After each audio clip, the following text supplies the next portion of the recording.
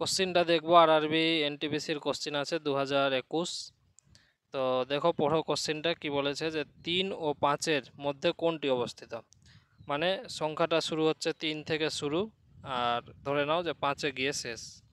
আর 3 আর 5-এর মধ্যে, এই 3 আর 5-এর মধ্যে এখানকার কোনটা অপশান আছে, এ বি সি ডি। মানে √27 আছে, √5, √3 এবং √27। তো এমনি যদি আমি দেখি যে রুট ছাড়া 3 এবং 5-এর মধ্যে কি আছে, তো 3 এবং 5-এর মধ্যে একটা সংখ্যা আছে 4, তাই না? 3 এবং 5-এর মধ্যে একটা সংখ্যা হলো 4। এবার এদের প্রত্যেকটার স্কোয়ার করছি। 3-এর স্কোয়ার কত 9, 4-এর স্কোয়ার কত 16, আর 5-এর স্কোয়ার হচ্ছে 25। এটা হলো।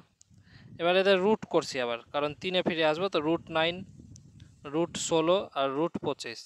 মানে আমাকে বের করতে হবে, তাহলে এখান থেকে তোমরা বুঝতে পারছো এইটুকু যে √9 মানেই হচ্ছে 3 আর √25 মানেই হচ্ছে 5। তো আমাকে 3 আর 5-এর মধ্যে বের করতে বলেছে, মানে ইনডাইরেক্টলি যদি বলি তো √9 আর √25-এর মধ্যে আমাকে বের করতে হবে। তো √9-এর মধ্যে অপশান সিটাকে দেখছি √3 আছে, হবে জীবনে হবে না, কারণ √9 থেকে শুরু হচ্ছে এখানে, আর এখানে আছে 3, তো অপশান সি বাদ। অপশান বিতে যেমন আছে √5, এটাও হবে না, কারণ √9 থেকে শুরু হচ্ছে।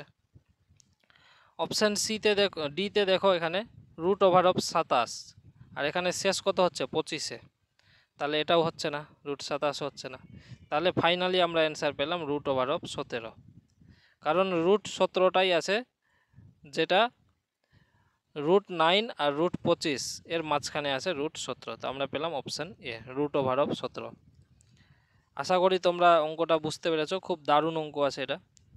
বুঝে গিয়ে থাকলে অবশ্যই লাইক কমেন্ট শেয়ার করে জানিয়ে দিও যে বুঝতে পেরেছি। Thank you. জয় হিন্দ, জয় ভারত।